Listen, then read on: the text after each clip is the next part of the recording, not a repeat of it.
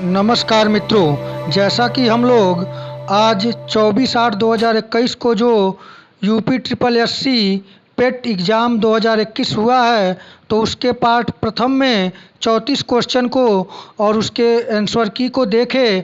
आइए आगे के प्रश्नों को देखते हैं जो छात्रों द्वारा हमें भेजा गया है। तो 35वां प्रश्न है, हिमालय नदी तंत्र है। तो जो ऑप्शन दिया हुआ था गंगा, कावेरी, ब्रह्मपुत्र और यमुना, तो हिमालयी नदियाँ न हिमालयी नदी तंत्र पूछा था, तो उसमें होगा गंगा और ब्रह्मपुत्र। 36 प्रश्न है, नेपाल से भारत के कुल कितने राज्य लगते हैं। तो भारत के नेपाल से लगने वाले कुल राज्य जो हैं वे 5 हैं: उत्तर प्रदेश, उत्तराखंड, सिक्किम, पश्चिम बंगाल और बिहार। प्रश्न संख्या 37 है, मुस्लिम समुदाय का उदय कब हुआ। तो आप जानते हैं मुस्लिम समुदाय का उदय 622 ईस्वी में हुआ। और यह भी प्रश्न पूछा गया था कि मन को हरने वाला क्या कहलाता है। तो आप सभी जानते होंगे कि मन को हरने वाला मनोहर कहलाता है। ये जो प्रश्न और उसके उत्तर बताए जा रहे हैं, प्रश्न पत्र तो किसी को नहीं मिला है, जमा हो गया है, लेकिन जो छात्रों द्वारा प्रश्न भेजे जा रहे हैं उसी के आधार पर मैं उत्तर बता रहा हूं। तो आप लोग इसे देखिएगा और अपने अनुसार कि प्रश्न क्या आया था उसका आंसर चेक करिएगा। तो आइए अगले प्रश्न पर देखें कि कौन सा प्रश्न पूछा गया था। यह भी प्रश्न पूछा गया था कि दर्प का पर्यायवाची क्या होगा। तो दर्प का पर्यायवाची जो होता है घमंड, अहंकार, अभिमान। अब इसमें से जो दिया होगा ऑप्शन में, इन तीनों में से एक होगा। अगला प्रश्न पूछा गया था एकल का विलोम क्या होगा। तो एकल का विलोम बहुल होगा। अगला प्रश्न पूछा गया था पंछी विज्ञान का संबंध पंछी से है, तो नृविज्ञान का संबंध किससे होगा। तो ऑप्शन में नर या मानव दिया होगा, तो नर और मानव में जो दिया होगा वह होगा।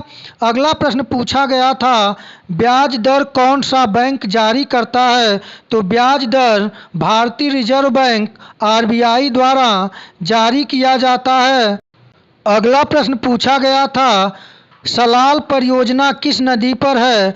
तो सलाल परियोजना चिनाब नदी पर है।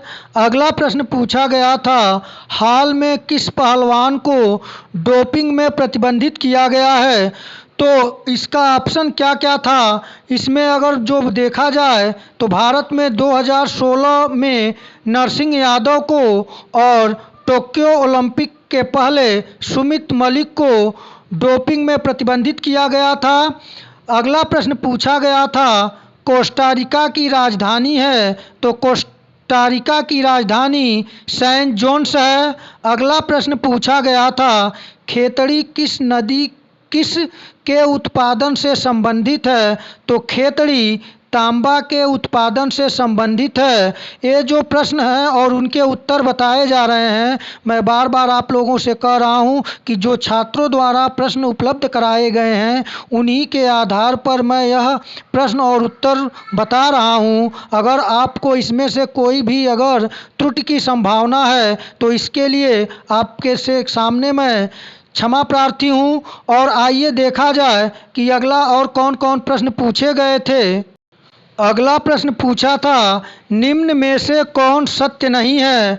BC 261 कलिंग का युद्ध, AD 1709 औरंगजेब की मृत्यु, AD 622 मुस्लिम युग की शुरुआत और AD 78 शक संवत की शुरुआत।